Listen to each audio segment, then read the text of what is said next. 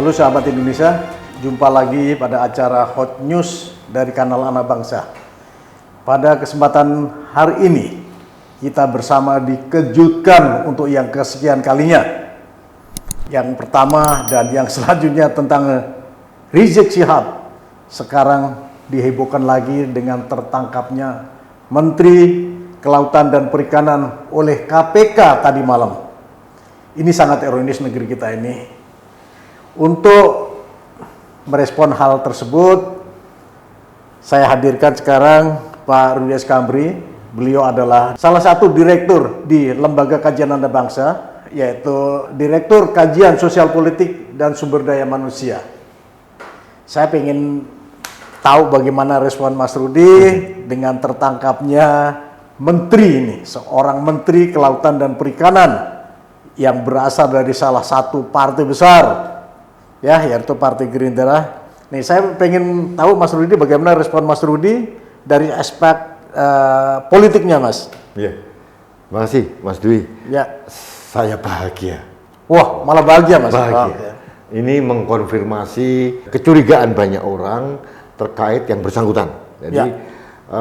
Pada saat pemerintah membuka kembali ekspor baby lobster, Ya, benur, ya, itu sudah menimbulkan kecurigaan banyak orang karena waktu itu selama 5 tahun zaman Ibu Susi kan ditahan dengan berbagai pertimbangan untuk sustainabilitas dari benur kita sendiri, Ya. Lobster kita sendiri. Tapi zaman Menteri Edi Prabowo ini berubah polisinya. Ternyata perubahannya ini bukan semata-mata demi kelangsungan petani benur atau nelayan benur, tapi ada sesuatu, ada udang di balik batu nih, Mas. Nah, kalau kita merujuk dari laporan dari majalah Tempo, ternyata begitu banyak orang yang terlibat di situ dan mayoritas Partai Gerindra. Oh, jadi buat bacakan gitu? Ya, di perusahaan itu, perusahaan eksportir itu. Ya. Jadi ada mulai Hasim Joyo Hadikusumo, kemudian ada beberapa pengurus-pengurus partai lain, termasuk politisi yang lain, politisi Partai Gerindra, dan yang mengejutkan, ini perlu konfirmasi ya. Tapi ini diungkap oleh majalah Tempo bahwa ada keterlibatan dari Wakil Menteri Pertahanan. Oh ya? Ya. Wah. Ini luar biasa. Luar biasa, ya. Kita tidak tahu kaitannya apa dengan peristiwa yang tadi malam. Ya. Tapi akhirnya mengkonfirmasi bahwa ternyata terjadi kong kali kong dan terbukti KPK mempunyai data yang akurat lalu menangkap Menteri Edi. Dan biasanya Mas Dwi, KPK ini tidak pernah main-main. Ya. Dia sebelum ada data yang konkret, kemudian tidak melakukan OTT. Ya, betul. Ya, ini yang ditangkap Menteri Edi yang baru pulang dari Honolulu bersama istrinya. Dengan rombongan yang lain, katanya. Dengan rombongan yang lain. Dan saya nggak tahu, apakah harus istrinya dibawa dinas gitu? Saya nggak ngerti. Ini lain hal. Ya. Tapi yang jelas dua-duanya ditangkap. Nah, ini menjadi hal yang menarik, Mas Dwi, karena ini bukan sekedar menteri biasa, ini Menteri Gerindra. Jadi tangan kanan dari Pak Prabowo Subianto. Dan ini menarik.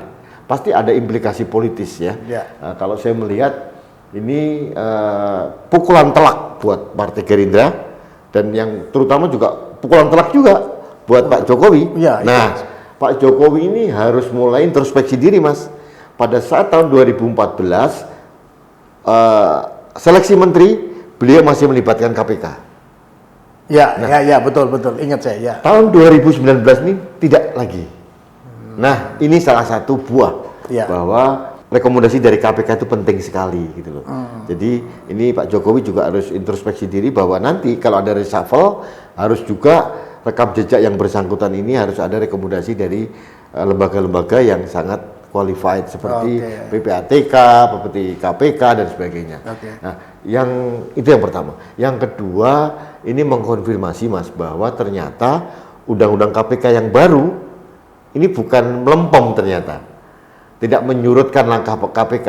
Justru KPK lebih berani ternyata kan. Jadi dulu kekhawatiran orang bahwa undang-undang KPK yang baru itu membuat KPK mandul dan sebagainya. Saya katakan ini tidak terbukti. Itu sebagai pembuktian. Jadi sahabat Indonesia, ini baru sedikit pandangannya Mas Rudi tentang tertangkapnya Menteri Kelautan dan Perikanan. Saya ingin tahu Mas Rudi, ini Gerindra ini kan partai besar Mas ya. Ya, partai besar pada saat itu dan sampai sekarang ya. Terus bagaimana orang-orang atau kader-kader partai Gerindra menyikapi hal ini Mas ya? Apa yang bisa kita perkirakan Mas? Saya tidak tahu ya. Kalau saya prediksi Mas, ini satu pukulan telak buat Pak Prabowo terutama ya. Dan ini Mas Dwi kalau melihat bahwa bagaimana Pak Jokowi ini memberikan kepercayaan penuh kepada Pak Prabowo dan Partai Gerindra. Meskipun ini lawan ya, bukan partai koalisi, tapi diberikan portofolio yang sangat strategis. Menteri Pertahanan, Menteri KKP. Dan ini luar biasa ini. Jadi tapi ternyata kepercayaan dari Pak Jokowi ini tidak dilaksanakan dengan baik gitu ya. Yang pertama dari Menteri KKP, yang kedua Menteri Pertahanan juga. Kalau apa yang dikatakan majalah Tempo itu benar adanya, bahwa wamennya itu juga terlibat. Padahal wamennya ini, mohon maaf Pak, ini adalah orang kepercayaan Presiden ini. Dulu bendahara TKN ini, Mas Dwi kenal lah itu ya. Saya kenal beliau. Di TKN juga. Nah, kalau ini terjadi Mas, ada wamen terlibat dalam ekspor benur sebagai komisaris utama, kemudian ada Pak Fahri Hamzah terlibat di situ, jadi ada Partai Golkar, ini benar-benar jadi bancaan Mas. Jadi aduh, ini luar biasa. Jadi artinya memang Pak Edi ini kalau benar terlibat penyuapan itu, dia benar-benar mengorbankan nelayan benur ini. Jadi kelangsungan kehidupan lobster kita yang sudah dipelihara Bu Susi selama 5 tahun ini berantakan gara-gara Pak Edi. Nah, ini mungkin hikmahnya Mas.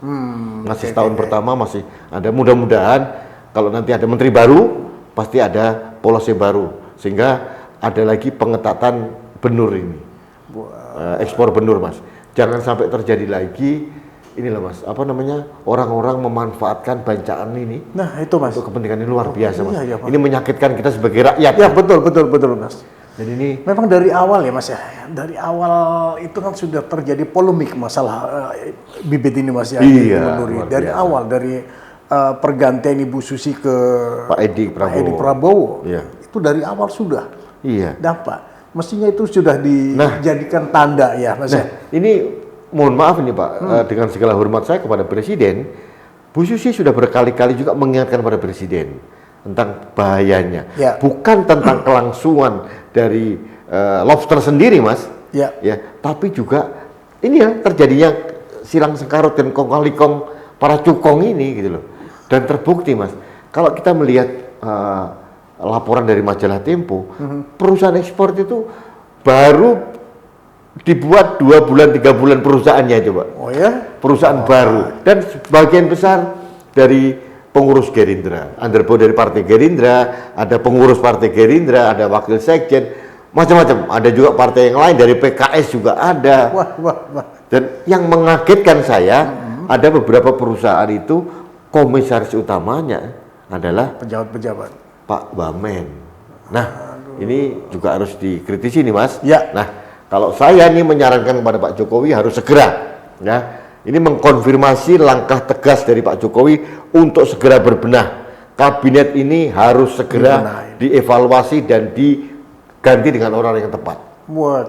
Menurut saya gitu Mas. Ini sudah amburadul. Bukan hanya masalah KKP, tapi juga menyangkut masalah pembenahan COVID-19 juga berantakan, ya. Kemudian masalah tim ekonomi juga nggak karu-karuan.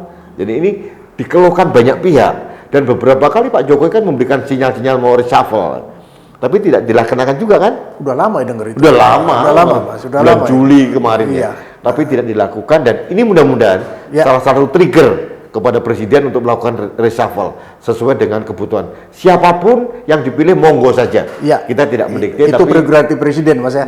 Tapi harus ada pergantian personalia kabinet yang lebih qualified Mas. Ini yang penting ya. Jangan sampai ya kayak begini nih. Sorry Mas, maaf nih, Kementerian Desa ini apa hasilnya juga. Nah, ini juga apalagi yang macam lah UMKM juga. Saya tidak tahu Mas, ini dari partai apapun saya nggak peduli ya. Tapi intinya harus ada tokoh yang qualified gitu loh.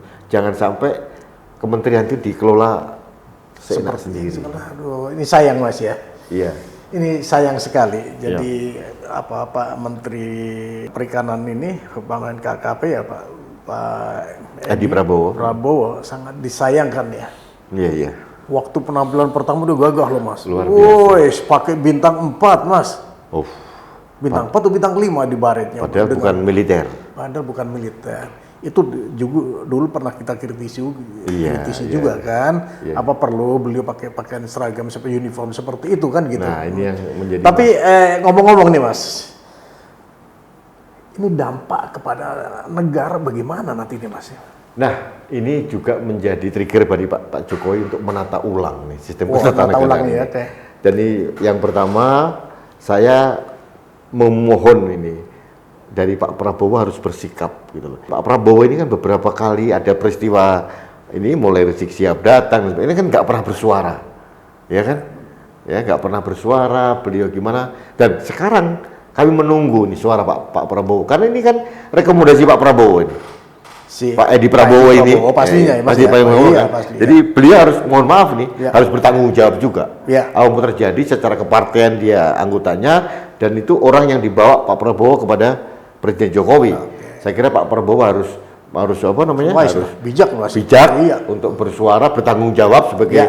kan beliau kesatria, Mas. Ya. Jiwa militernya cukup bagus, Pasti, kuat, jadi ya. mereka harus bertanggung jawab. Yang kedua, ini suatu pintu masuk kepada Presiden Jokowi untuk menata ulang ya Para pembantunya.